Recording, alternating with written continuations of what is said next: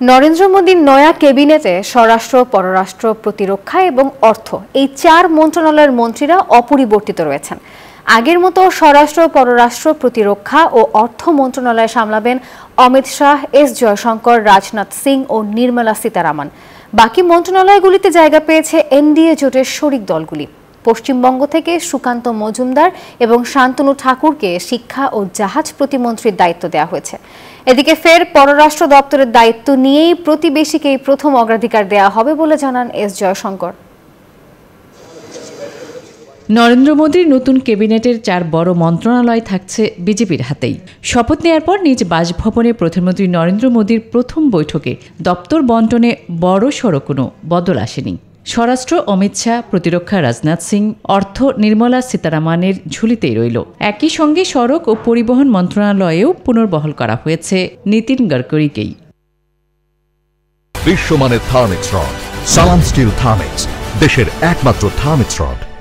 পরিবর্তন হয়নি গুরুত্বপূর্ণ আরেক মন্ত্রণালয় পররাষ্ট্রেও। ফের এই দপ্তরের দায়িত্ব নিয়েই এস জয়শঙ্কর বলেন, মোদী সরকারের এই মেয়াদেও প্রতিবেশীদেরই অগ্রাধিকার দেয়া হবে। এবারও প্রতিবেশী ফার্স্ট নীতি বজায় থাকবে, তবে চীন ও পাকিস্তানের সঙ্গে আমাদের সম্পর্ক আলাদা। তাদের সঙ্গে দিল্লির সমস্যাগুলোও ভিন্ন। এইবারও আমাদের লক্ষ্য পড়শি দেশের সঙ্গে সীমান্ত সংঘাত মিটিয়ে শান্তি বজায় রাখা। নয়া ক্যাবিনেটে রেলমন্ত্রী রইলেন অশ্বিনী বৈষ্ণব, তথ্য সম্প্রচারের দায়িত্বেও তিনি। জেডি নাড্ডা স্বাস্থ্যমন্ত্রী, এছাড়া হরিয়ানার সাবেক মুখ্যমন্ত্রী মনোহরলাল খট্টর বিদ্যুৎ ও নগর উন্নয়ন মন্ত্রণালয়, শিবরাজ সিং চৌহান পঞ্চায়েত আর গ্রামীণ উন্নয়নের পাশাপাশি পেলেন কৃষি মন্ত্রণালয়ও। বাকি মন্ত্রণালয়গুলোতে জায়গা পেয়েছে এনডিএর শরিক দলগুলো। বেসামরিক বিমান পরিবহন মন্ত্রী হয়েছেন রামমোহন নাইডু। পশ্চিমবঙ্গের ঝুলিতেও রয়েছে 2 মন্ত্রণালয়। সুকান্ত মজুমদার এবং শান্তনু ঠাকুরকে শিক্ষা ও জাহাজ প্রতিমন্ত্রীর দায়িত্ব দেওয়া হয়েছে।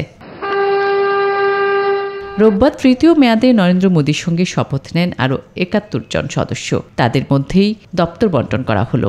শোনা যাচ্ছে 18 জুন থেকে শুরু হতে পারে নতুন লোকসভার অধিবেশন। 20 জুন স্পিকার নির্বাচনের সম্ভাবনা রয়েছে। আসমা তুলি, নিউজ 24।